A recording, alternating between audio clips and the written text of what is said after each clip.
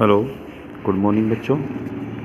आज की क्लास बेटा हमारी नेक्स्ट वीडियो चलेगी जिसमें हमने एक्सप्लेन किया था। हमारा चैप्टर चल रहा था रोकड़ प्रवाह विवरण। तो रोकड़ प्रवाह विवरण में आज हम ऑपरेटिंग एक्टिविटीज़ को पढ़ेंगे जो परिचालन क्रियाएं कहलाते हैं। तो परिचालन क्रियाओं में कौन कौन सी चीज़ें होती हैं जो रोकड़ अंतर्वाह के अंतर्गत आती हैं, यानी कैश इनफ्लो में कौन कौन सी चीज़ें आएंगी, ठीक है।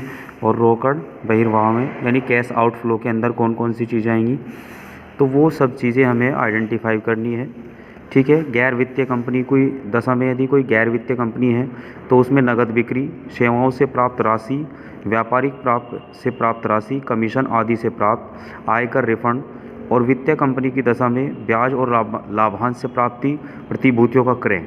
इस तरह जितनी भी ये सारी एक्टिविटीज़ होंगी तो ये आपकी कैश इनफ्लो के अंदर आएंगी, और बाकी सब जितनी भी एक्टिविटीज़ रह जाती हैं ये, ठीक है ना, ये सारी आपकी रोकड़ आउटफ्लो के अंतर्गत आएंगी। जैसे रोकड़ आउटफ्लो के अंतर्गत कौन कौन सी चीज़ें आएंगी, तो रोकड़ गैर वित्तीय कंपनी जो होंगी उससे जैसे नगद क्रय, व्यापारिक देयता का भुगतान यानी कोई व्यापारी है उसका भुगतान करना है, संचालन ऑपरेटिंग एक्सपेंसेस जितने भी होंगे उनका पेड करना है, मजदूरी वगैरह का भुगतान करना है, आयकर का भुगतान करना है, और वित्तीय कंपनी की दशा में ब्याज का भुगतान करना और प्रतिभूतियों का क्रय है। तो इस तरह की जितनी भी हमारी ऑपरेटिंग एक्टिविटीज़ होंगी वो इससे हमारा कैश इनफ्लो होगा, यानी कंपनी के अंदर कैश आएगा, और इन एक्टिविटीज़ से, इन एलिमेंट से हमारे यहाँ से कैश आउटफ्लो होगा, ठीक है ना। आगे जब निवेशीय क्रियाएं पढ़ेंगे यानी इन्वेस्टिंग एक्टिविटीज़, तो इन्वेस्टिंग एक्टिविटीज़ में रोकड़ अंतर्वाह के अंतर्गत कैश इनफ्लो क्या होगा और कैश आउटफ्लो क्या होगा।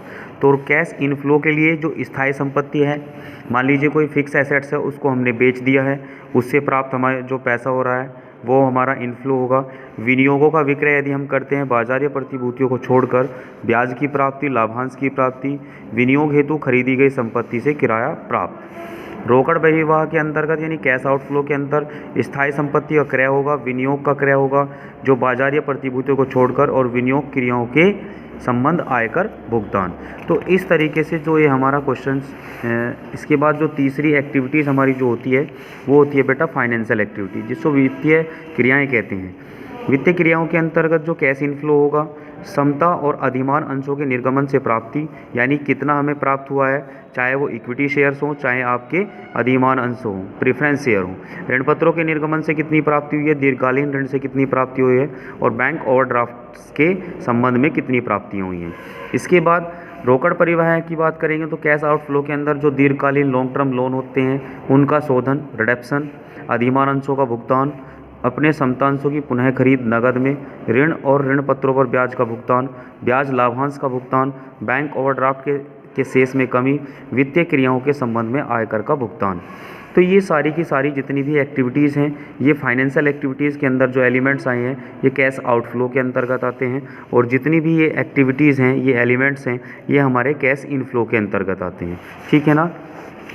आगे जब हम पढ़ेंगे तो ये आइडेंटिफाई करेंगे। देखिए इन्होंने उदाहरण दिया है एक कि निम्नलिखित मदों को संचालन क्रियाओं मतलब ऑपरेटिंग एक्टिविटीज़, इन्वेस्टिंग एक्टिविटीज़ और फाइनेंसिंग एक्टिविटीज़ के अंतर्गत या नगद एवं नगद तुल्य, कैश और कैश इक्विवेलेंट के बराबर वर्गीकरण करना है, ठीक है ना।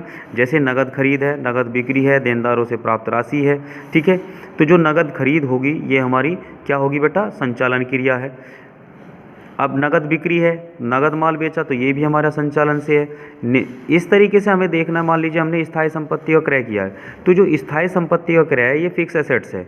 जब हम इसका क्रय करते हैं तो ये हमारा निवेश, जिसको हम इन्वेस्टिंग एक्टिविटीज़ कहते हैं, उसके अंतर्गत आ जाएगी, ठीक है ना। तो इस तरीके से आगे जाकर हमें ये आइडेंटिफाई करना है कि इस तरह के क्वेश्चंस भी आपको देखने को मिलेंगे आपके एग्ज़ाम में।